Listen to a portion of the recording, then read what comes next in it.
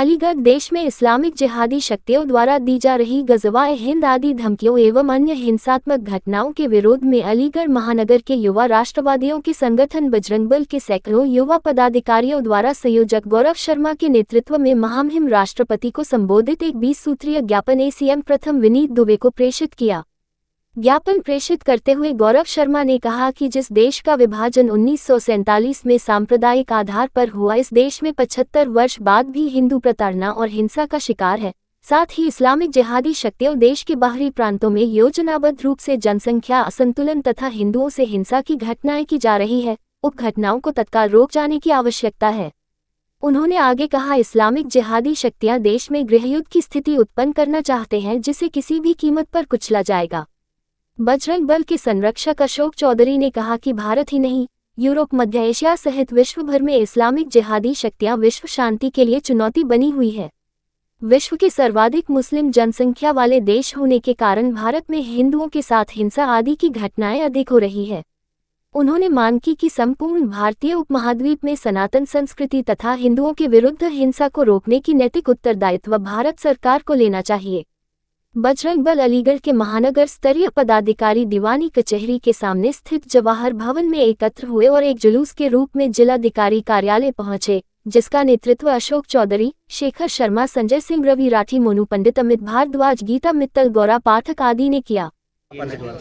आज बजरंग बल संगठन द्वारा हाल में देश में हुई घटनाओं के संबंध में एक 20 सूत्री ज्ञापन महामहिम राष्ट्रपति महोदया को संबोधित दिया गया है, जिसको जिलाधिकारी महोदय के माध्यम से आज प्रेषित कर दिया जाएगा। क्या कुछ प्रमुख मांगे हैं इसमें?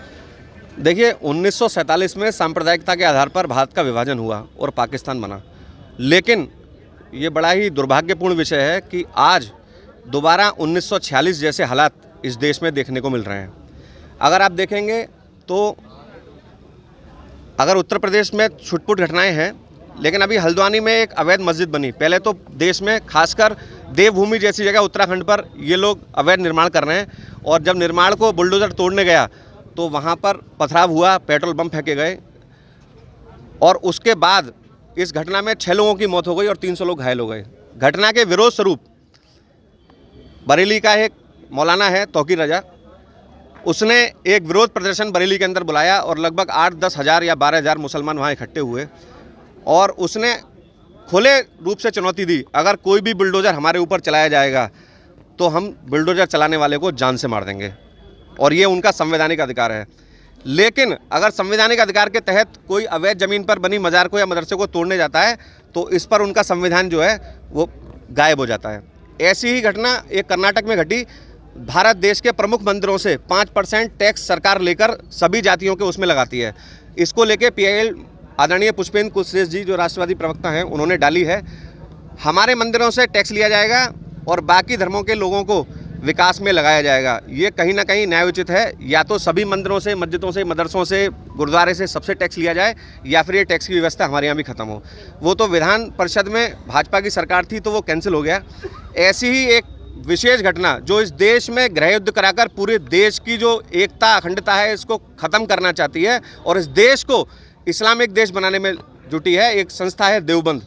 उन्होंने अपने सोशल मीडिया पर एक पोस्ट की कि हम ग़ज़वा-ए हिंद की घोषणाएं करते हैं। ग़ज़वा-ए हिंद मैं बता दूं अपने पत्रकार बंधुओं को, लड़कर और बलिदान देकर, बलिदान तो मैं इसको नहीं कहूँगा, बलिदान तो बहुत बड़ा शब्द है, लड़कर किसी देश की अखंडता को ख़त्म कर उसको इस्लामिक राष्ट्र बनाना।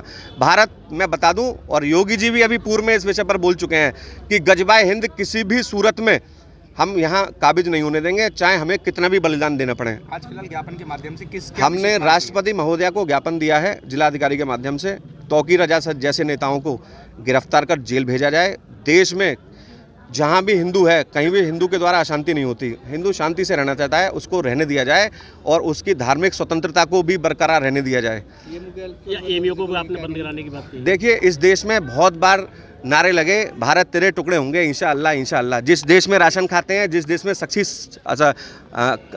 कम पैसे की शिक्षा लेते हैं, उसी देश के टुकड़े करने की बात करते हैं। देश के प्रधानमंत्री मुर्दाबाद करते हैं। भाई क्यों? क्या भारत सरकार यहाँ सब्सिडी नहीं देती? और देश के जिस देश में रह रहे हो, क्या कोई ऐसा व्यक्ति है इस हिंदुस्तान में जिस घर में रहता है उसको तोड़ना चाहता है? ये रहेंगे यहाँ, खाएंगे यहाँ, फ्री का राशन चाहिए, फ्री की शिक्षा चाहिए और फिर देश को तोड़ने की बात करेंगे। इसका अल्पसंख्यक स्वरूप खत्म होना चाहिए। ये एक विश्वविद्यालय है, किसी भी जाति धर्म के व्यक्ति को यहाँ पर समान व्यवस्था के हिसाब से एडमिशन मिलना चाहिए।